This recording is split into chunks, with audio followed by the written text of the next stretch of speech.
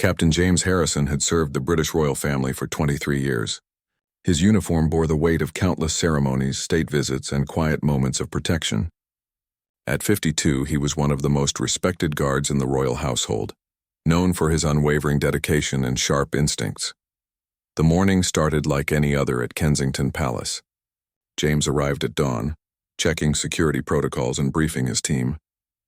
The autumn air was crisp and golden leaves scattered across the palace grounds.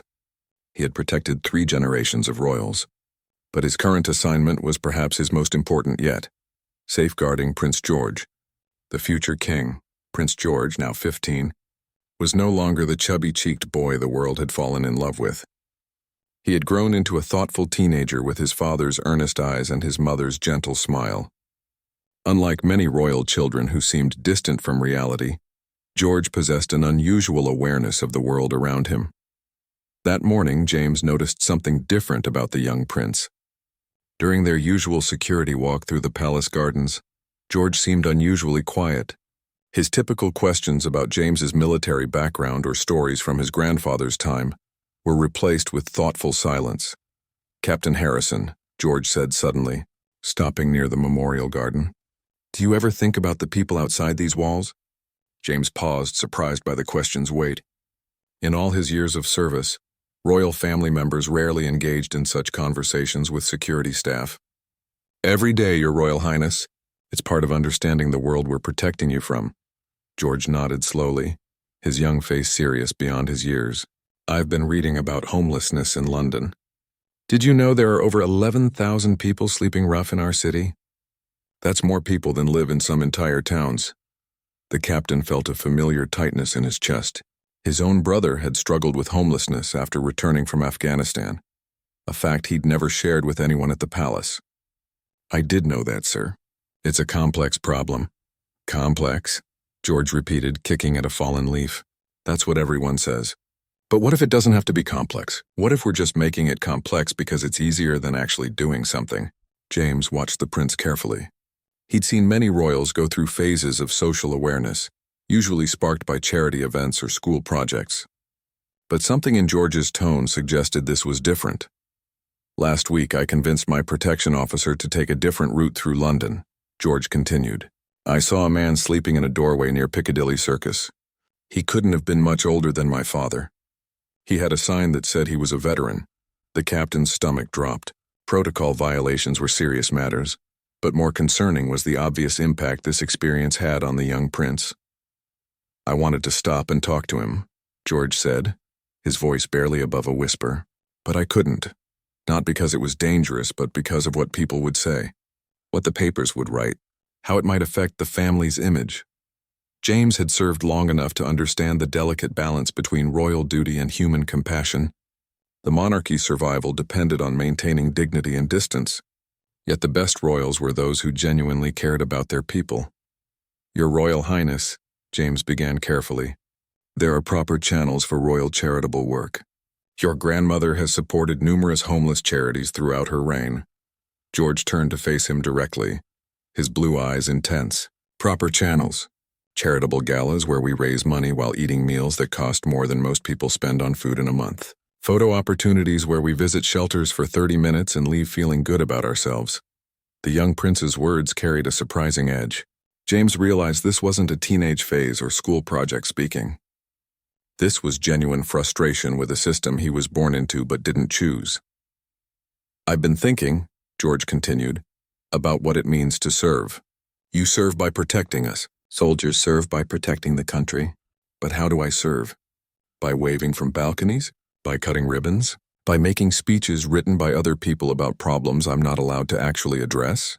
James felt the weight of the moment. In his 23 years of service, he'd never heard a royal family member speak with such raw honesty about their role. Most accepted their position with grace and duty, but Prince George seemed to be questioning the very foundations of royal service. "I want to do something real," George said firmly, "something that matters. Not another charity patronage where I show up twice a year for photos. I want to actually help people." The captain knew he was hearing something unprecedented. Royal children were taught from birth about duty, tradition, and the importance of maintaining institutional stability. But here was the future king expressing desires that could shake the very foundations of how the monarchy operated. "What did you have in mind, sir?" James asked, though he suspected he might not like the answer. George smiled for the first time that morning, but it wasn't the carefree smile of a teenager. It was the determined smile of someone who had made a difficult decision. "I'm going to ask my father if I can spend 1 week living on the streets of London, not with protection officers hiding nearby, not with backup plans or safety nets, just me, with nothing but the clothes on my back, experiencing what thousands of our people experience every night." James felt his professional composure crack slightly. "Your Royal Highness, that would be impossible. The security risks alone would be no greater than what homeless veterans face every night," George interrupted. "If it's too dangerous for a prince, isn't it too dangerous for anyone?" The captain realized he was witnessing something that would either be remembered as a moment of royal evolution or the beginning of a constitutional crisis. Either way, his job was about to become infinitely more complicated. As they walked back toward the palace, James couldn't shake the feeling that everything was about to change. Prince George had always been different, but this conversation revealed a young man willing to challenge not just royal protocol, but the entire concept of what it meant to be royal in the modern world. The question was no longer whether the prince would act on his convictions, but how far he was willing to go and what it would cost everyone involved.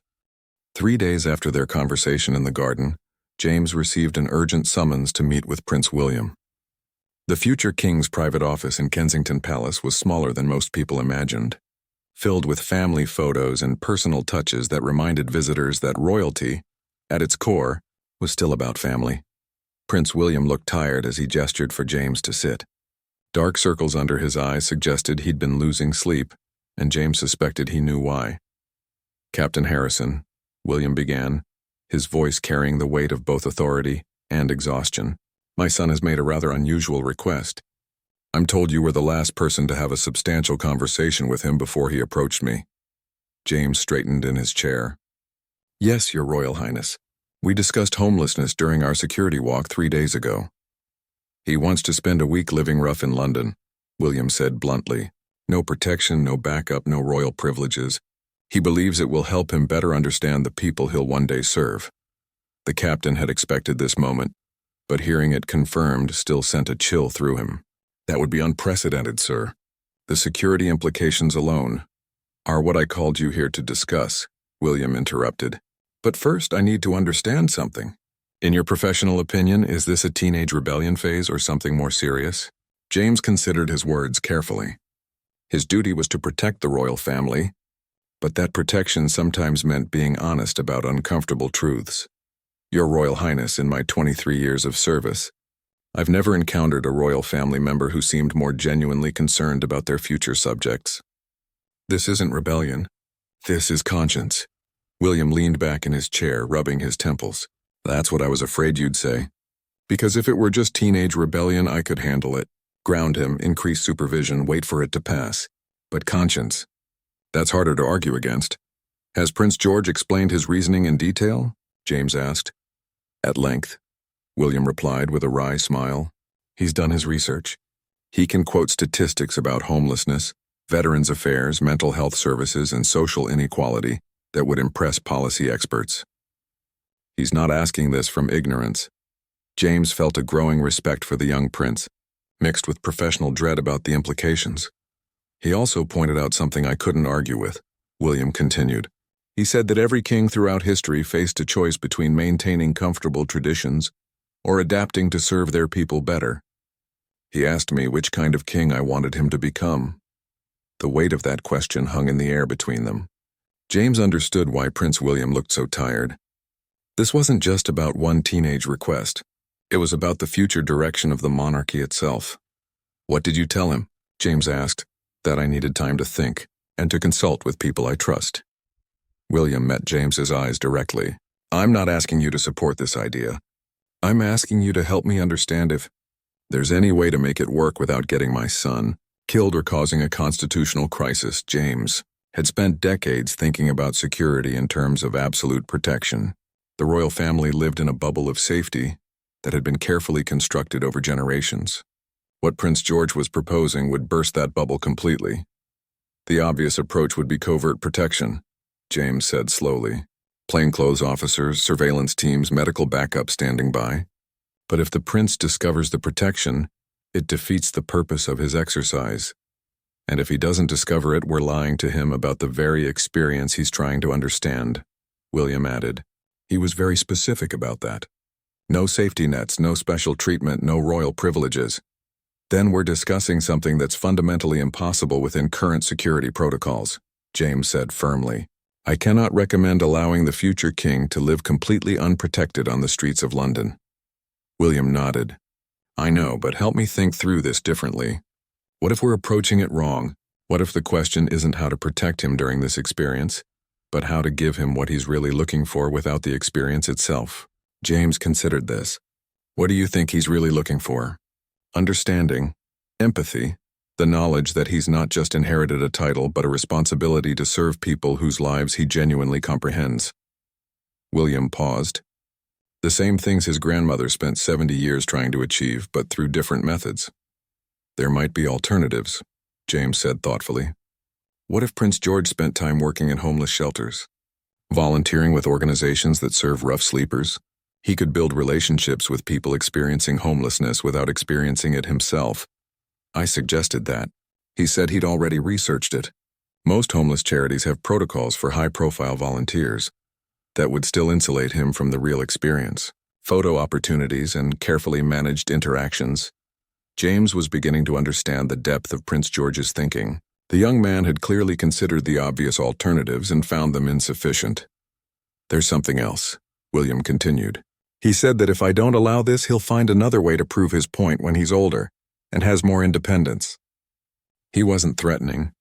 He was just matter-of-fact about it. You believe him? I do. And that worries me more than this current request, because if he does something like this when he's 25, the political and security implications will be far more serious. James realized they were discussing not just one decision, but the trajectory of Prince George's entire approach to royal duty. The young man had essentially presented his father with a choice: support his unconventional methods now, while they could still guide and influence the process, or deal with more dramatic actions later when they'd have less control. Your Royal Highness, James said carefully, what does your gut tell you about your son's character? William smiled genuinely for the first time during their conversation. That he's going to be an extraordinary king, different from any we've seen before, but extraordinary. He has his great-grandmother's sense of duty, his mother's compassion, and something uniquely his own. This need to truly understand rather than simply sympathize. Then perhaps, James said slowly, the question isn't whether to allow this, but how to shape it into something that serves both his development and the monarchy's stability. William leaned forward, interested. What do you mean? What if we treat this not as a teenage request to be granted or denied, but as a future king's first major policy initiative? Something that requires planning, consultation, and careful implementation, but something that ultimately happens because it serves a greater purpose. For the first time since receiving Prince George's request, William looked hopeful rather than worried. Tell me more, he said. 2 weeks later, James found himself in the most unusual meeting of his career. The conference room at Kensington Palace hosted an unprecedented gathering. Prince William, Prince George, 2 senior royal advisors, a representative from the Metropolitan Police, and James himself. Prince George sat quietly at one end of the table, looking more like a policy expert than a 15-year-old. He'd prepared a detailed presentation complete with research data, security considerations he'd thought through himself, and a proposed timeline for what he called the Understanding Initiative.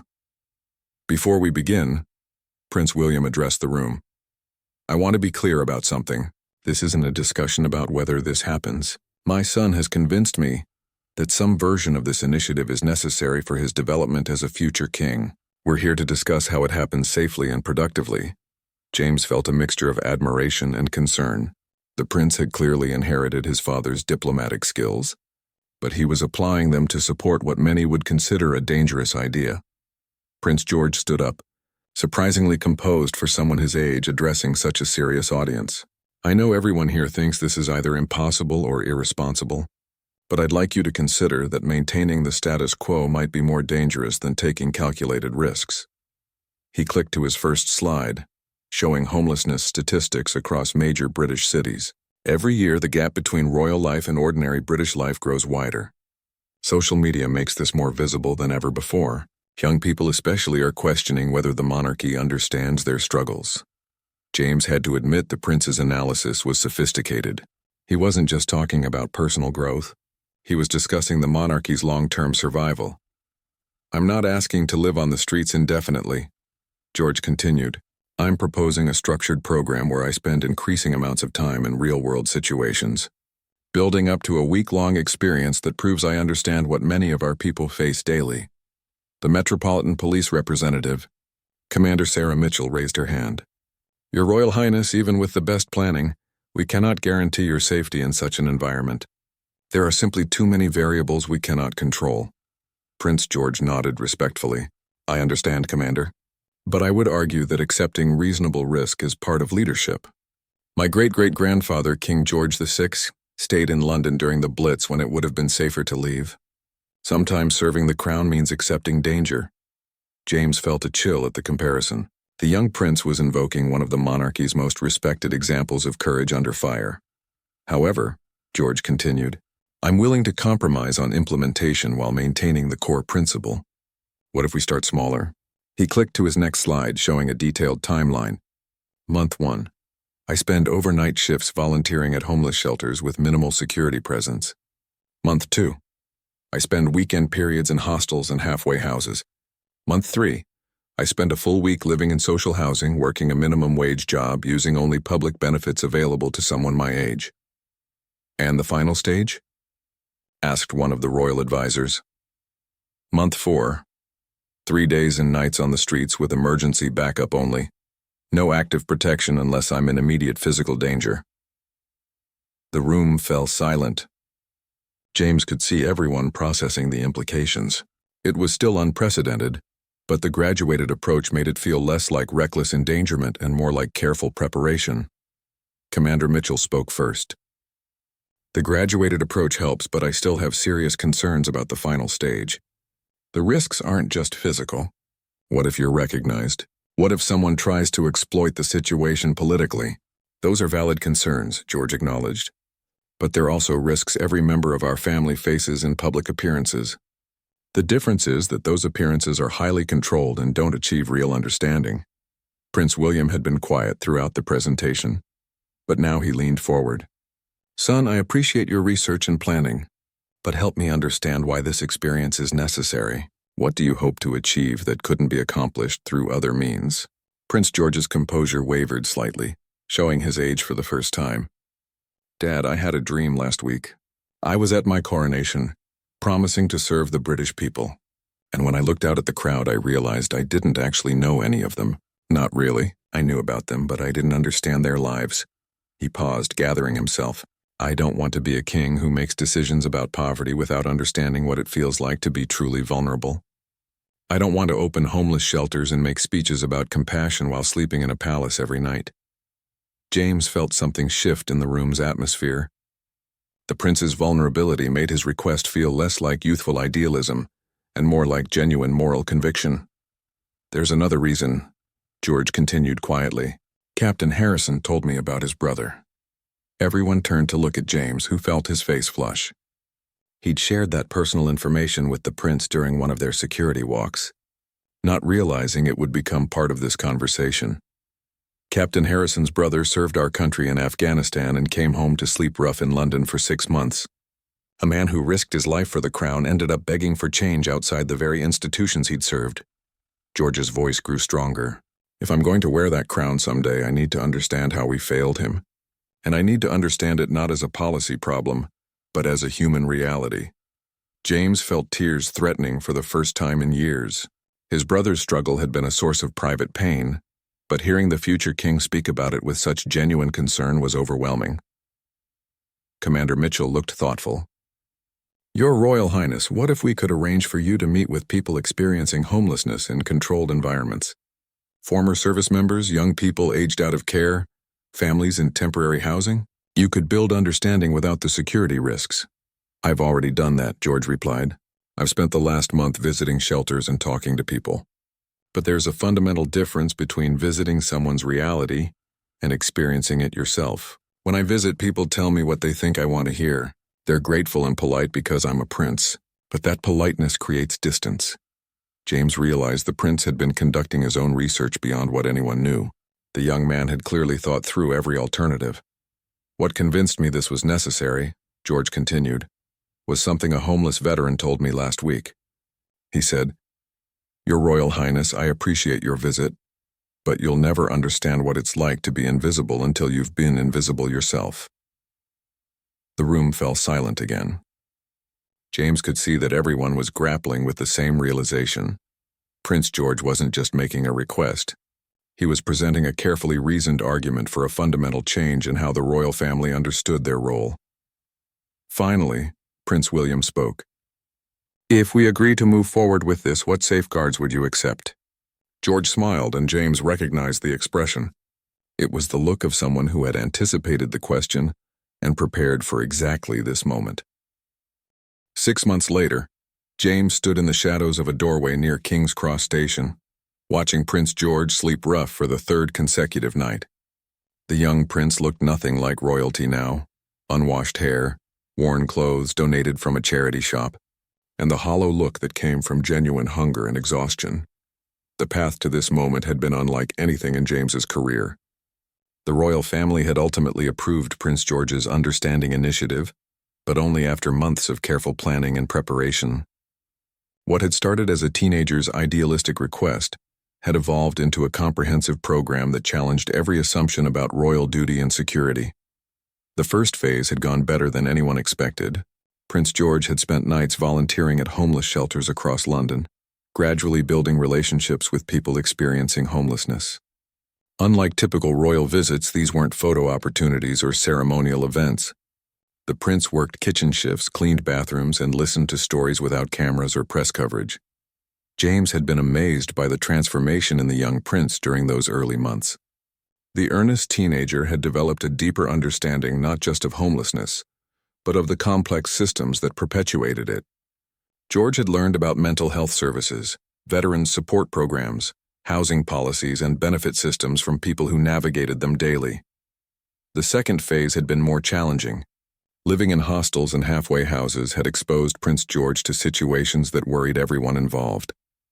He'd witnessed drug deals, violence, and desperation that no royal had ever experienced directly, but he'd also seen remarkable kindness, resilience, and community among people society had largely forgotten.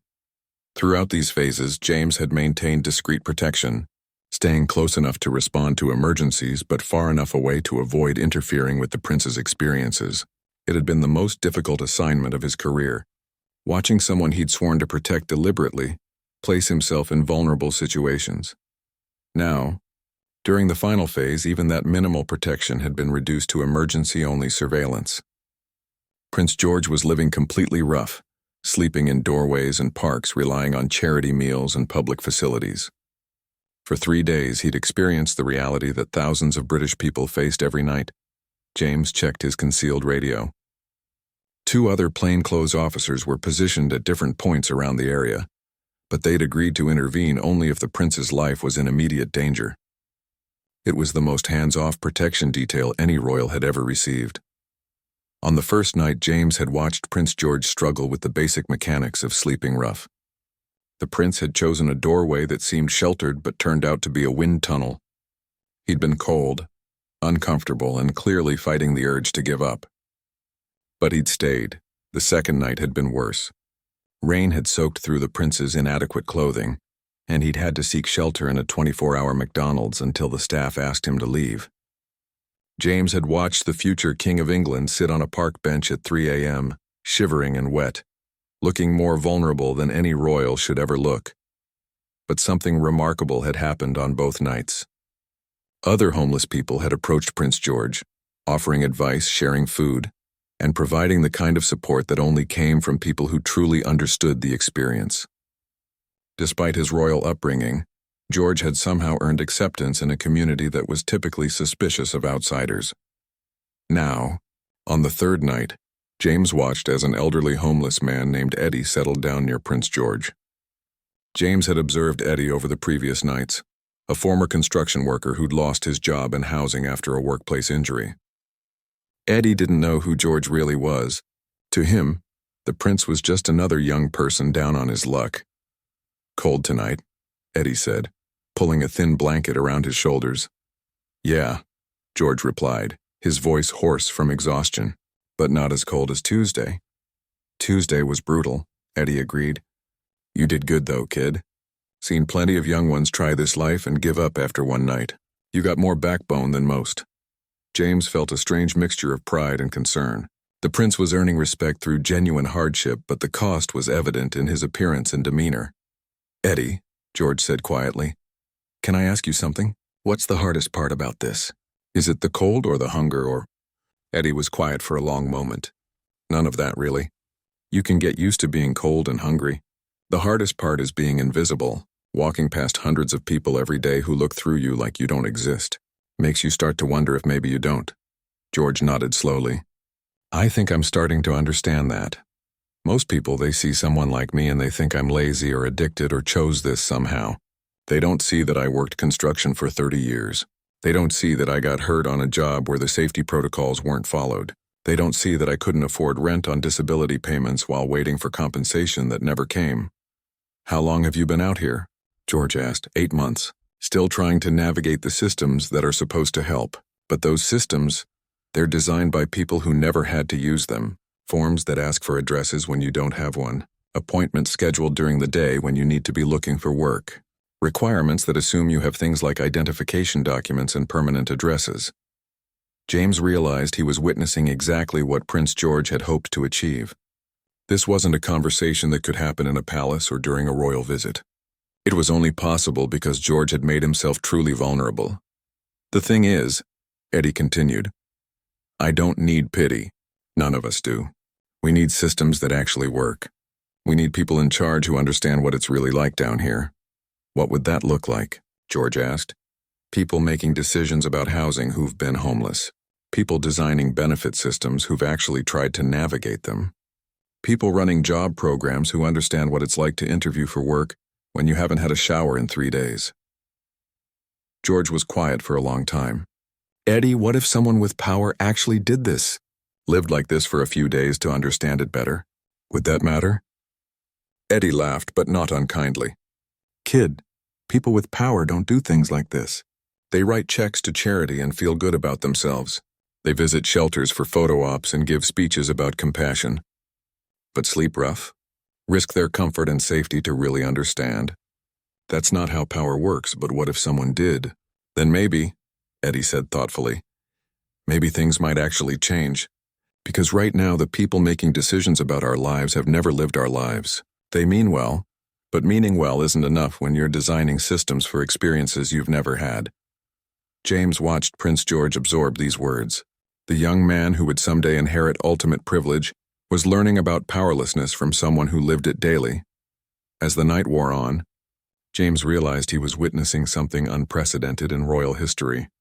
Not just a prince learning about his future subjects, but a future king discovering what it truly meant to serve people rather than simply rule them. But he also realized that this experience was changing more than just Prince George. It was changing James's own understanding of what protection really meant. Sometimes he was learning. The greatest service meant allowing someone to face genuine risk in order to grow into who they needed to become. The morning after Prince George's 3rd night on the streets, James received an encrypted message that made his blood run cold. "Media breach imminent. Photographs exist. Extract immediately." Someone had recognized the prince and taken photos. Within hours, the images would be splashed across every newspaper and website in the world. The careful secrecy that had protected the Understanding Initiative was about to explode into the biggest royal scandal in decades. James activated his emergency protocol, signaling the other protection officers to converge on Prince George's location. But when they arrived at the doorway where the prince had spent the night, they found it empty except for Eddie, who was folding up his blanket with practiced efficiency. "Where's George?" James asked, forgetting protocol in his urgency. Eddie looked up suspiciously. "Who's asking? And how do you know his name?" Before James could answer, Prince George emerged from a nearby coffee shop carrying 2 steaming cups. He stopped short when he saw the 3 plainclothes officers, immediately understanding that something had gone wrong. "What happened?" he asked, his voice steady despite 3 days of exhaustion. "We need to leave now," James said firmly. "There's been a security breach." Prince George handed one of the coffee cups to Eddie, who was watching the exchange with growing confusion. "Thank you for everything, Eddie. You taught me more in 3 days than I learned in 15 years of education." "George," Eddie said slowly, realization dawning in his eyes. "Who exactly are you?" Before the prince could answer, James gently but firmly took his arm. "Your Royal Highness, we really must go." Eddie's eyes widened at the formal address. He looked from the protection officers to Prince George, pieces falling into place. You're actually... I'm someone who needed to understand," George said simply, "and you helped me do that." As they walked quickly toward the waiting vehicle, Eddie called out, "Will it matter?" "What you learned here?" Prince George turned back, and James saw something in the young man's eyes that hadn't been there a week ago. A gravity that came from genuine understanding of responsibility. "I promise you it will," George replied. The drive back to Kensington Palace was tense. James briefed the prince on what they knew. A freelance photographer had been tracking homeless populations for a documentary project when he'd recognized George on the second night. The photographer had been patient, taking pictures over 2 days to confirm the prince's identity before approaching news outlets. "How bad is it going to be?" George asked. "Catastrophic," James replied honestly. "The palace has been preparing statements, but there's no way to control this story. By tonight, every news organization in the world will be running headlines about the future king sleeping rough in London." Prince George was quiet for the remainder of the drive. But James could see him thinking. The young man who had started this journey as an idealistic teenager was now facing the first real consequences of his convictions. At the palace, they were met by a crisis management team that had been assembled in the early hours of the morning. Prince William was there, along with senior advisors, press secretaries, and communications experts. The atmosphere was tense and urgent. "Thank God you're safe," Prince William said, embracing his son. "But George, you need to understand, this is going to change everything." Within hours, the story broke globally. The images were striking. Prince George, unmistakably royal despite his rough appearance, sleeping in doorways and talking with homeless individuals. The photographs captured something unprecedented: genuine vulnerability and connection between royalty and Britain's most marginalized citizens. The initial media reaction was explosive and divided. Conservative outlets condemned the stunt as irresponsible and dangerous.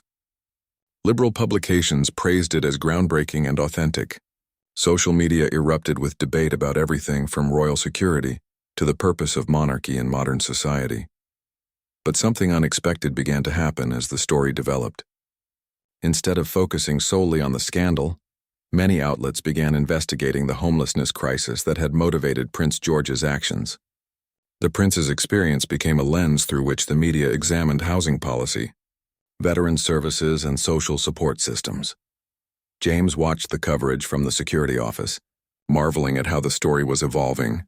Rather than being just about royal protocol violations, it was becoming a national conversation about issues that rarely received sustained attention. 3 days after the story broke, Prince George requested a meeting with James.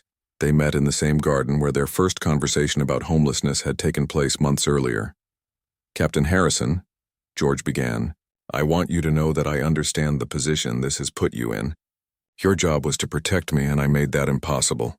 James studied the young prince. The experience had clearly changed him. There was a maturity in his bearing that hadn't been there before. But there was also something else, a quiet confidence that came from having tested his convictions against reality. "Your Royal Highness," James replied, "I've spent considerable time thinking about what protection really means. I'm beginning to believe that sometimes protecting someone means allowing them to take risks that help them become who they need to be." George smiled. "I hope you still feel that way after you hear what I want to do next." James felt a familiar dread. "What do you have in mind?" "I want to hold a press conference. Not to apologize or explain away what happened, but to talk about what I learned and what it means for the future of the monarchy. The palace communications team will never approve that," James said immediately. "I know," That's why I'm planning to do it regardless of their approval. James realized they had reached another crucial moment. Prince George was no longer asking permission.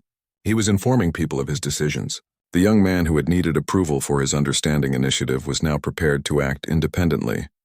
What would you say? James asked. The truth. That the monarchy can't serve people whose lives we don't understand. That privilege without understanding breeds irrelevance. That the crown's survival depends on our willingness to genuinely connect with the people we're supposed to serve. George paused, looking out over the palace grounds. And I want to announce the establishment of a new foundation, focused on homelessness and social exclusion. Not another charity that raises money from a distance, but an organization that employs people with lived experience to design and implement solutions. James felt a mixture of admiration and concern. The prince was proposing to use the crisis as a platform for deeper change. But the risks were enormous, Your Royal Highness, James said carefully. What you're describing could fundamentally alter how the monarchy operates. Are you prepared for that level of consequence? Prince George met his eyes directly. Captain, 3 months ago you asked me if I was sure about the Understanding Initiative. I told you I was. Now I'm asking you the same question about what comes next. James realized that his role was evolving just as dramatically as the prince's. He was no longer just a protector. He was a witness to the emergence of a completely new kind of royal leadership. And if the palace tries to stop you? James asked. Prince George's answer would determine everything that happened next. 2 weeks later, James stood in his small apartment, staring at the resignation letter he'd just finished writing. The weight of 23 years of service seemed to press down on him as he sealed the envelope addressed to Prince William. The press conference had taken place despite fierce opposition from the palace establishment. Prince George had stood before the world's media and delivered a speech that had redefined what it meant to be royal in the 21st century. He'd spoken about invisible people becoming visible, about the responsibility that came with privilege, and about a monarchy that served rather than simply symbolized. The reaction had been transformative. Public support for the royal family had surged, particularly among younger generations who had previously viewed the monarchy as irrelevant. But within the palace walls, the response had been far more complicated.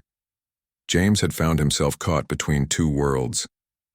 His oath was to protect the royal family, but Prince George's actions had made traditional protection impossible. The young prince now regularly visited homeless shelters, spoke at policy conferences, and met with people experiencing social exclusion, all activities that violated every security protocol James had been trained to follow. The breaking point had come 3 days earlier. Prince George had announced his intention to spend 1 night per month sleeping rough for the next year, with each experience in a different British city. The goal was to understand regional variations in homelessness and social services across the country. The palace security team had declared this plan unacceptable. Senior advisors had argued that the prince was jeopardizing not just his own safety, but the stability of the institution itself. They demanded that James impose stricter controls and limit the prince's activities. But James had realized something fundamental had changed. Prince George was no longer the idealistic teenager who had needed guidance and protection. He had become a young man with clear convictions and the courage to act on them, regardless of institutional pressure. The final conversation had taken place in Prince William's office. James had been asked to present security recommendations that would allow the prince's work to continue while minimizing risks. Instead, he'd found himself defending something unprecedented. Your Royal Highness, James had said, I've spent months watching your son develop into the kind of leader this country needs. He's not being reckless or irresponsible. He's being revolutionary in the best possible way. Prince William had looked exhausted. The pressure from various factions within the royal establishment was clearly taking its toll. Captain Harrison, I appreciate your perspective, but my son's safety has to be the priority. With respect, sir, I think his development has to be the priority. Prince George is learning to lead through service rather than ceremony. He's building relationships with people who have been excluded from society. He's using his platform to address problems that previous generations of royals could only acknowledge from a distance. But at what cost? William had asked. If something happens to him during one of these experiences, how do we explain that to the country? How do we explain that we allowed the future king to put himself in unnecessary danger? James had realized that this conversation would determine not just his future, but the future of Prince George's work. He'd chosen his words carefully. Your Royal Highness, the greater danger might be preventing him from this work. The monarchy's relevance depends on its connection to the people it serves. Prince George is building that connection in a way that could sustain the institution for generations. And if the security risks prove unacceptable, then we adapt our methods rather than abandon his mission. But we don't force him to choose between his convictions and his royal duties, because his convictions are becoming the foundation for a new understanding of royal duty. William had been quiet for a long time. Captain Harrison, you're asking me to support something that goes against every instinct I have as a father and every protocol I've been taught as a future king. I'm asking you to trust your son's judgment and support his vision for what the monarchy could become. The meeting had ended without resolution, but James had known his position was no longer tenable. He couldn't enforce security protocols he no longer believed in, and he couldn't protect someone whose mission required accepting risks that traditional protection couldn't accommodate. Now, sitting in his apartment with the resignation letter beside him, James reflected on what he'd witnessed over the past year. Prince George had transformed from a curious teenager into a young leader who understood his future subjects in a way no royal ever had. The Understanding Initiative hadn't just been about homelessness. It had been about fundamentally reimagining the relationship between the monarchy and the people. A knock at his door interrupted his thoughts. When he opened it, he found Prince George standing in the hallway, flanked by two protection officers James didn't recognize. Captain Harrison, George said formally. May I come in? James stepped aside, surprised by the visit. Prince George entered the small living room and looked around with genuine interest. I've never been in a protection officer's home before, George said. It's not what I expected. What did you expect, Your Royal Highness? Something more formal, I suppose. This feels real, like a place where someone actually lives and thinks and makes difficult decisions. James gestured for the prince to sit, but George remained standing. I heard about your resignation, George said directly. I came to ask you to reconsider. Your Royal Highness, I appreciate that, but my position has become impossible. I can't provide the protection the palace expects while supporting the work you need to do. What if the expectations changed? James looked at the young prince carefully. What do you mean? I had a conversation with my father yesterday. I told him that I understood his concerns about safety, but I also explained something he hadn't fully grasped. The work I'm doing isn't separate from my royal duties. It is my royal duties. George moved to the window, looking out at the ordinary London street below. I told him that the monarchy's survival depends on our ability to serve people in ways that matter to their actual lives. Ribbon cuttings and state dinners have their place, but they're not enough anymore. And his response? He asked me what I needed to continue this work safely and effectively. I told him I needed advisors who understood the mission, protection officers who supported the goals, and the freedom to develop new approaches to royal service. George turned back to James. Then I told him I needed you to head my personal security team, because you're the only person who understands both the risks and the purpose. James felt something shift in his understanding of the situation. Are you offering me a new position? I'm asking you to help me redefine what royal protection means in the modern world. Instead of protecting me from the people I serve, help me figure out how to serve them safely and effectively. James looked at the resignation letter on his table, then back at Prince George. The young man had matured remarkably over the past year, but in this moment, James saw something new. The confidence of someone who had tested his values against reality and found them strong enough to build on. Your Royal Highness, James said slowly, what you're describing would require fundamentally changing how royal security operates. Yes, George replied simply. It would. James realized he was being offered the chance to be part of something unprecedented. The evolution of royal service from symbolic to substantive, from ceremonial to genuinely transformative. If I accepted, James said, what would be my first assignment? Prince George smiled. Help me plan next month's visit to Manchester. I want to spend 2 days working with homeless services there, and I need security arrangements that make real connection possible while keeping everyone reasonably safe. James picked up his resignation letter and tore it in half. "When do we start planning?" he asked. As Prince George explained his vision for expanding the Understanding Initiative across Britain, James realized he wasn't just witnessing the emergence of a new kind of royal leadership. He was being invited to help create it. For the first time in his career, protecting the future king meant helping him become the leader his country needed, even if it meant rewriting every rule about what royal service could be. Outside the window, London continued its daily life, unaware that in a small apartment, the future of the monarchy was being quietly but fundamentally redefined by a prince who had learned that true service required genuine understanding, and a guard who had learned that real protection sometimes meant accepting necessary risks. The Understanding Initiative was just the beginning.